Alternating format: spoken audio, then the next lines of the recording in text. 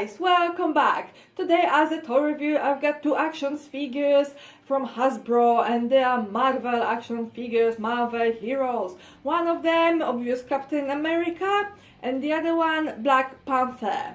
These are quite classic action figures made all by plastic shaped to the form, but I am actually quite pleased. They are very basic but well done for harsh playing. So it is very nice. Let's have a closer look at them. Let's see them on the side.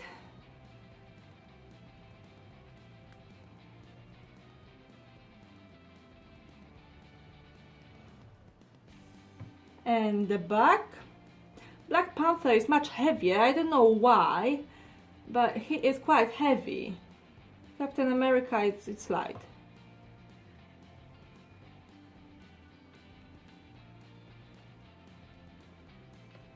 Oops.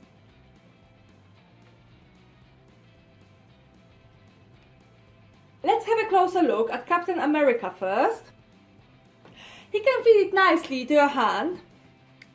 Can move his arms, can move his legs, and also he can twist his arms. That's unexpected a bit, but very cool, isn't it? It's very lightweight and very nice to play with. On his back we can find his shield. We can take it off and we can fit it to his arm so he can protect himself. Or we can also fit it to his hand. He can fight with that one, he can twist it so he can have another shield on the side, or it depends where the attack comes. Very good, very good. It's quite heavy, so sometimes the arm may flop down.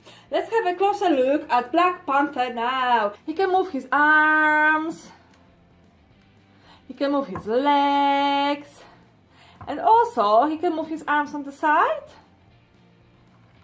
Well, that's quite cool, isn't it? And he can move his legs on the side. He can do nice split.